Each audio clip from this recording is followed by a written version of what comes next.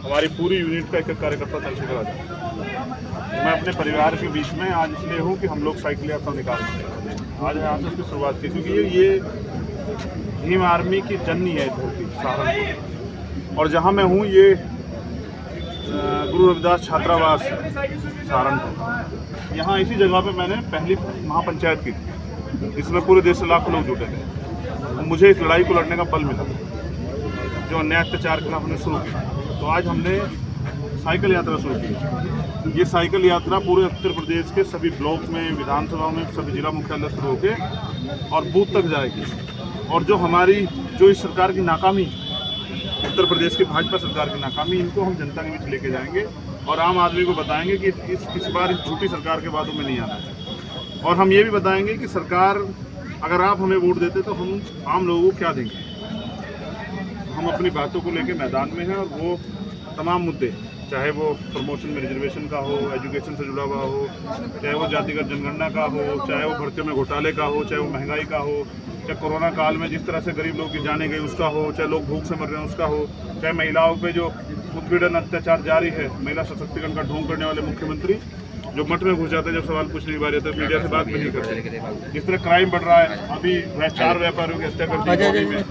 आगरा में एक व्यापारी को के पुत्र का अपहरण कर लिया। ये जो हमने फिल्मों में सुना था आज उत्तर प्रदेश में हो रहा है। तो इस जंगल राज के खात्मा के लिए और जो भाईचारा बीजेपी ने 4.5 साल में तोड़ा उत्तर प्रदेश में, उस भाईचारे को मजबूत करने के लिए निकले। किसानों की आवाज़ उठाने, मजदूरों की आवाज़ उठाने, गरीबों की आवाज़ उठाने, ये जो लूट मचाई बची इसको खत्म करने। अच्छा, राजनीतिक गलियारों में चर्चा है कि आप लगातार अखिलेश जी के संपर्क में हैं, जी, इसमें कितनी सच्चाई है? देखिए, मैंने आपको बताया कि उत्तर प्रदेश में जितने राजनीतिक दल हैं जो भारतीय जनता पार्टी को रोकना चाहते हैं, अगर उनमें से कोई भी हमारी यूनिट से बात करें, हम सबसे बात करते हैं। बात कहाँ तक? वो जो लोग विचारधारा से जुड़े हुए लोग जो हमारे कॉमन मिनिमम प्रोग्राम पे तय हो जाएंगे, सहमत हो जाएंगे, उनके साथ मिलकर उत्तर प्रदेश में चुनाव लड़ा जाएगा। मैं उत्तर प्रदेश में वॉक ओवर नहीं दूंगा कि अगर सब अलग अलग लड़ेंगे तो बीजेपी जीत जाएगी। मैं यहाँ बीजेपी को जिताने के लिए सरकार से उत्तर प्रदेश की जनता को मुक्ति दिलाने के लिए, तो बातचीत जो कुछ होगी वो मीडिया के सामने रखी जाएगी। अब तो चुनाव बहुत दूर है, अभी तो अपनी तैयारी कर रहे हैं सब लोग, हम भी तैयारी कर रहे हैं कि उत्तर प्रदेश में इस निकम्मी सरकार को, गूंगी बहरी सरकार को कैसे रोका जाए। जरा आप ये बताएं कि आपकी जो कार्यशैली है इसके पीछे प्रेरणा स्रोत कौन है? एक नाम हो तो बताऊं,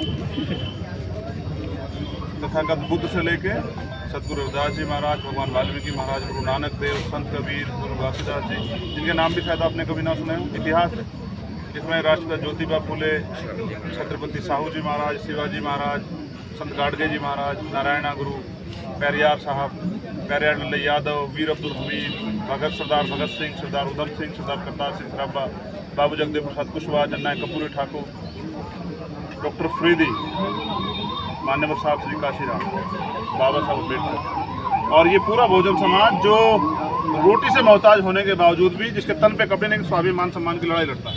तो मैं इनमें से एक हूँ और मैं इनके दर्द को समझता हूँ और हम सब मिलकर इस दर्द को दूर करने के लिए मैदान। जरा ये बताएं कि आप जो गरीबों के लिए कर रहे हैं, क्या उसमें सिर्फ बहुजन समाज के लिए कर रहे हैं, कुछ और भी गरीब है? जब हम लोग सत्ता में आ जाएंगे और हम पे ताकत होगी तो हम प्रदेश के हर व्यक्ति की सुरक्षा करेंगे, उनको अधिकार देंगे, रोटी, कपड़ा, मकान, जो सुविधा उनको मिलनी चाहिए, अच्छा इलाज, सब चीज़ें, शिक्षा का भी, क्योंकि सरकार सबकी होती है।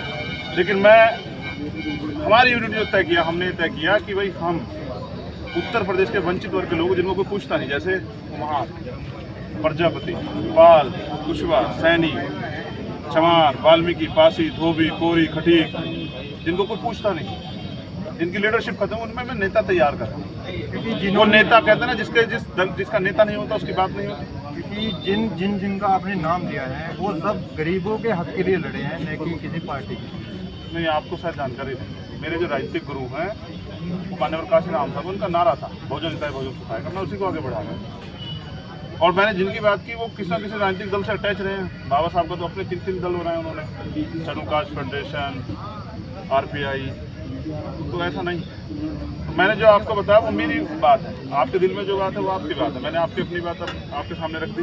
ये बताइए, किसान के नेता उसमें संसद में नहीं, तब तो किसान बेहाल हैं। किसान, सारे किसान 6 महीने से आंदोलन बैठे, 7 महीने हो गए, अच्छा, उनका हल क्यों नहीं निकला? कल क्यों नहीं निकला? किसानों का एक्चुअली मैं क्या कह रहा हूँ, उनका हल क्यों नहीं निकला? क्योंकि उनके लोग सदन में नहीं। मैं उनसे भी कहता हूँ कि भाई सदन में अपने लोगों को भेजो, किसान बन के वोट करो, अपने मुद्दों पे वोट करो, जिससे कि आपकी भागीदारी हो और आपके मुद्दों पे चर्चा हो। तो इसलिए क्योंकि किसान लोग सदन में नहीं, इसलिए उनके खिलाफ कानून बन रहे हैं। दलित सदन में नहीं है, बैकवर्ड के लोग सदन में नहीं, माइनॉरिटी के लोग सदन में, उनके खिलाफ कानून बन रहे हैं। ये कानून चंद लोगों ने बनाया और इसका प्रभाव है पूरे किसानों पे, गरीब पे।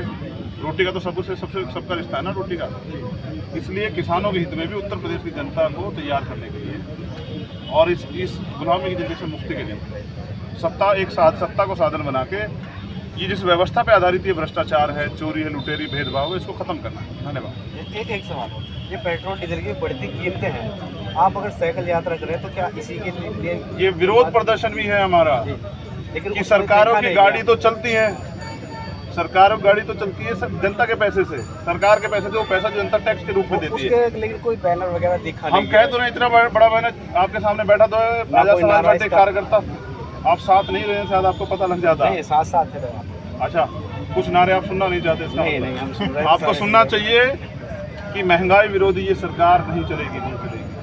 गरीब पिछ रहा है। पिछले एक साल में 30 रुपये पेट्रोल पर, 30 रुपये डीजल पे बढ़ गए और इन्होंने वादा किया था कि पेट्रोल सस्ता करेंगे, 35 रुपये लीटर, और डीजल भी। बिजली का रेट देखिए सबसे ज़्यादा महंगा। दाल, सरसों, जो कुछ भी हो, गरीब आदमी की आय नहीं बढ़ेगी, वो भूख से मर रहा है। लेकिन